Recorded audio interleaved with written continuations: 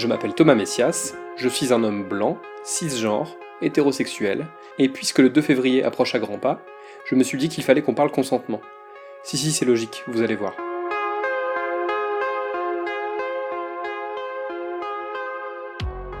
Vous écoutez Mansplaining épisode 6, Stalker ou séduire? Il faut choisir. Un podcast slate.fr. Chaque 2 février, la ville de Punxsutawney, en Pennsylvanie, célèbre le jour de la marmotte. C'est une festivité teintée de superstition, au cours de laquelle on déterminera si l'hiver sera rigoureux ou pas, tout ça en fonction de l'ombre d'une marmotte. C'est le jour de la marmotte, debout les morts, y en a marre les mottes. Cette tradition sert de toile de fond au film Un jour sans fin, signé Harold Ramis, avec Bill Murray dans le rôle principal.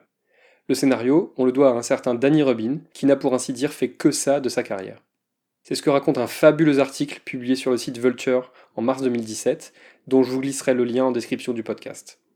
Bon, vous connaissez sans doute le film par cœur, mais au cas où vous viviez dans un terrier depuis 30 ans, sachez qu'Un jour sans fin raconte comment le présentateur météo Phil Connors, venu couvrir l'événement, se retrouve contraint de vivre encore et encore la même journée, sans savoir comment se sortir de cette infernale boucle temporelle. Debout les campeurs et haut les cœurs, oubliez pas vos bottes parce que ça caille aujourd'hui. Ça caille tous les jours par ici. On n'est pas à Miami. On en est même loin et il faut s'attendre à quelques problèmes de circulation ce soir avec ce, comment déjà, oui ce blizzard. Blizzard, vous avez dit blizzard comme c'est étrange. Pour la petite histoire, un site américain a évalué que sur l'ensemble du film, Phil Connors vit 12 395 fois le même 2 février, ce qui représente environ 34 ans de calvaire. Là aussi, vous trouverez le lien vers la démonstration dans la description de cet épisode. Cette expérience pour le moins unique n'a pas que des effets négatifs. Phil Connors va en profiter pour apprendre pas mal de trucs, notamment le piano ou la sculpture sur glace. Mais ce n'est pas tout. Un jour sans fin nous décrit par le menu comment un homme désagréable, c'est-à-dire cynique, misanthrope et imbu de lui-même, va finir par devenir une bonne personne. Attention, giga spoiler, c'est même en donnant enfin un sens à sa vie, avec autant de sincérité que de générosité, que Phil Connors parviendra finalement à se sortir de cette malédiction et à se réveiller enfin un 3 février. Avant d'y parvenir, Phil aura tout essayé. Vraiment tout. Y compris le suicide. Mais comme même la mort ne parvient pas à le sortir de là, le héros finit par changer son fusil d'épaule. C'est alors qu'il jette son dévolu sur Rita, sa productrice, bloquée avec lui toute la journée à Punxsutawney à cause d'un blizzard. Rita est incarnée par Andie MacDowell, qui n'avait pas encore fait chavirer Hugh Grant dans 4 mariages et un enterrement. Et donc en milieu de film, Phil décide de profiter de ce qui lui arrive pour tenter de la séduire, sachant qu'à la base elle lui est totalement insensible. Est-ce qu'on a des chances de quitter la ville aujourd'hui? La camionnette est en panne, Larry essaie de la réparer. Oh, c'est bien notre veine. Je peux t'offrir un verre? Si tu veux. Demi-vermouth on the rocks avec citron vert. Mademoiselle. La même chose. C'est mon apéritif favori. Le mien aussi. Ça me rappelle toujours Rome. Je revois le soleil qui brille sur le Vatican. Tout cela pose une première question. Peut-on entrer dans un jeu de séduction juste pour tuer l'ennui? J'ai envie de répondre par l'affirmative, mais à 2 conditions. D'abord, il faut que l'autre personne soit consentante. Et ensuite, il faut qu'elle soit tout aussi consciente que vous que ceci n'est qu'un passe-temps. Or, ce n'est pas vraiment le cas de Rita, qui pense que chaque 2 février qu'elle vit est totalement ordinaire, et qui ignore totalement que Phil Connors en a déjà vécu des milliers à ses côtés. Alors bon, certes, on peut se dire que ce n'est pas si grave, que jouer à séduire Rita est un hobby comme un autre, et puis que de toute façon, tout sera effacé quelques heures après. Sauf qu'on n'est pas si loin du mode de raisonnement de ceux qui pensent qu'on peut entre guillemets s'amuser, et mettez toutes les significations que vous voulez dans ce verbe, avec une femme qui aurait par exemple trop bu. Se dire qu'elle aura de toute façon tout oublié le lendemain n'est pas franchement un argument recevable. Et puis il y a plus grave dans cette affaire. Même lorsqu'il switch entre l'envie de draguer Rita pour le fun et celle de la séduire sincèrement parce qu'il est tombé amoureux d'elle, les méthodes employées par Phil Connors sont franchement hyper condamnables. Chaque jour, l'air de rien, il note ce que lui confie la jeune femme, ses passions, ses préférences en matière de cocktails ou ses petites aversions culinaires, le tout dans le but de s'en servir plus tard. En fait, Un jour sans fin fonctionne comme un niveau de jeu vidéo. À chaque échec, on reprend au début, mais on est généralement galvanisé par l'expérience accumulée, qui permet de se montrer plus efficace ensuite, et notamment d'éviter les pièges. Oh, c'est vraiment très bon. Tu vois, tu l'avais dit. Comment en sais-tu autant sur Punxsutawney? Moi, j'y ai passé un temps fou.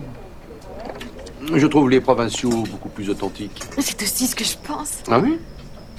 Tu veux un peu de chocolat blanc? Oh, tu veux me rendre malade? Pas de chocolat blanc. J'ai comme l'impression d'avoir déjà vécu ça. Tu n'as jamais cette impression? Tu viens pas de me le demander? Le film est gorgé de philosophie, mais il y a un point qui n'est que trop rarement soulevé. D'ailleurs, pour rendre à César ce qui est à César, c'est Clémentine Gallo, du podcast Quad Meuf, que j'ai entendu en parler la première, et qui m'a autorisé à développer un peu ici. Parce qu'en fait, est-ce qu'on peut vraiment se réjouir que Phil finisse par conquérir Rita, après de nombreuses tentatives infructueuses et de nombreux tâtonnements? Est-ce que ça vous plairait, vous, qu'on vous séduise à votre insu, après avoir volé d'une façon ou d'une autre tous vos renseignements personnels? Bref, que l'on vous ait stocké méthodiquement? Je crois pas, hein. On est quand même dans la manipulation la plus totale. Le film ne feint pas totalement de l'oublier, puisque vers la fin, Phil déploie tout son attirail de séduction et croit avoir réalisé la journée parfaite aux côtés de Rita, sauf que le jour suivant, il se réveille à nouveau un 2 février, comme s'il n'avait pas tout à fait accompli sa mission. Là, on comprend qu'il va falloir un peu plus, ou autre chose, pour que la malédiction du jour de la marmotte finisse par s'achever. Je sais pas, de la sincérité, de l'amour véritable, une absence totale de calcul, et puis, in extremis, cela finit par fonctionner. Mais soyons un tout petit peu honnêtes. Après des années et des années passées à mentir à celle qu'il convoite, à la rouler totalement dans la farine, est-ce qu'on peut considérer que Phil Connors s'est racheté grâce à une journée au cours de laquelle il aura laissé tout ça au vestiaire? Pour moi, la réponse est non, notamment parce que Rita, de son côté, n'est absolument pas au courant de tout ce qui vient de se passer. C'est comme si elle avait passé 34 ans sous GHB en fait. Ce problème, on le relève dans d'autres films qui se sont inspirés d'Un jour sans fin, toujours en moins bien, voire en beaucoup moins bien. Je pense au récent When We First Met, un film Netflix avec Adam Devine, où un jeune homme commence par passer une nuit parfaite avec la fille de ses rêves, et pense d'ailleurs qu'il va pouvoir vivre une grande histoire avec elle. Sauf que ses rêves sont brisés dès le lendemain, et qu'il est entre guillemets relégué rapidement au stade de simple ami. Vous remarquerez que je n'ai pas parlé de friendzone. Le héros du film va ensuite avoir l'occasion de revivre la même journée encore et encore, pour tenter de régler ça, et de ravir de nouveau le cœur de celle qu'il convoite. Il faut que j'arrange ça. Je dois retourner dans le passé pour tout arranger. Quoi? Où est-ce que tu vas? Incarner Cupidon. Quoi? Au fait, pour reparler du scénariste Danny Rubin, vous saviez qu'en 2017, il avait adapté Un jour sans fin en comédie musicale? Si, je vous assure. En toute honnêteté, j'en ai vu quelques images, et ça fait pas franchement envie.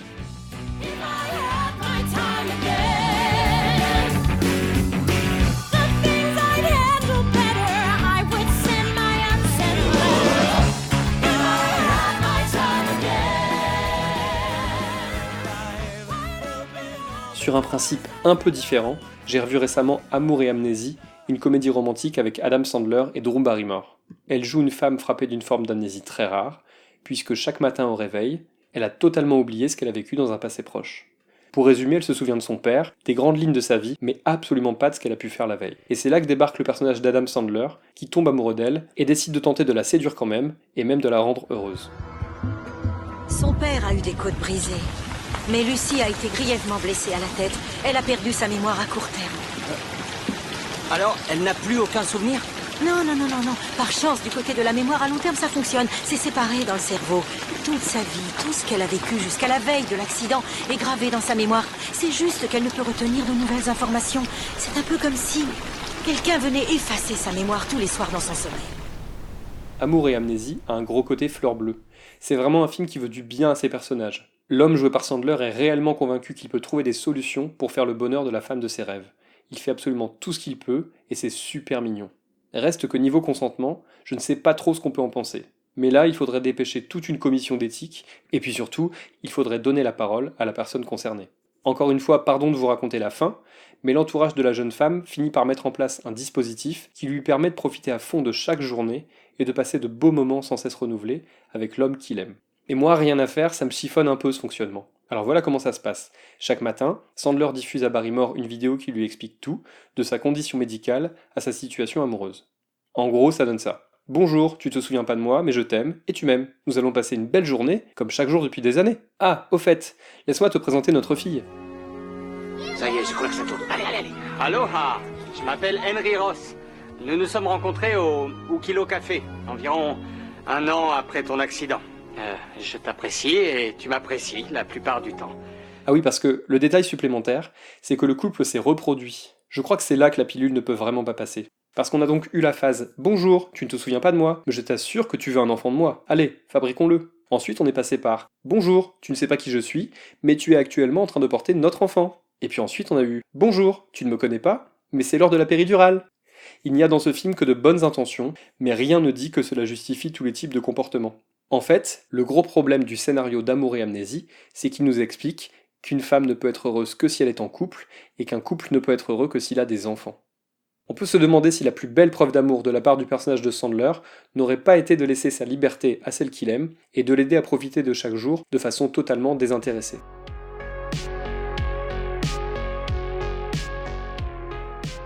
Au fait, vous avez été très nombreuses et très nombreux à écouter l'épisode 5 de Mansplaining, intitulé « En finir avec les bandes de potes », et je vous en remercie sincèrement. J'ai aussi reçu pas mal de messages d'hommes et de femmes, surtout de femmes en fait, pour me raconter leurs expériences personnelles, et notamment ce que certains groupes d'amis garçons ont pu leur faire subir ou ressentir. J'espère avoir répondu à tous les messages reçus, si j'ai oublié quelqu'un, je m'en excuse, mais sachez que ça me touche beaucoup de réaliser que certaines de mes constatations ne sont pas tout à fait des coups d'épée dans l'eau, et qu'on est beaucoup à partager certaines valeurs et certaines observations. J'en profite pour vous encourager à m'écrire, pour me dire ce que vous avez pensé de tel ou tel épisode, en bien ou en mal, ou pour me raconter comment vous voyez personnellement les choses. Je ne sais pas si Mansplaining vous apporte quelque chose à vous, mais ce qui est sûr, c'est que vos mots sont une vraie richesse pour moi. Voilà, c'était l'épisode 6 de Mansplaining, un podcast proposé par Slate.fr. Si vous avez aimé ce podcast, n'hésitez pas à le dire en nous couvrant d'étoiles sur iTunes, 5 de préférence, et en parlant le plus possible autour de vous. Toutes vos remarques et vos questions sont les bienvenues à l'adresse suivante, mansplaining@slate.fr. Vous pouvez aussi me contacter via Twitter, mes messages privés sont toujours ouverts. Toutes les références aux articles, œuvres, vidéos citées se trouvent dans la description de ce podcast. À dans 15 jours.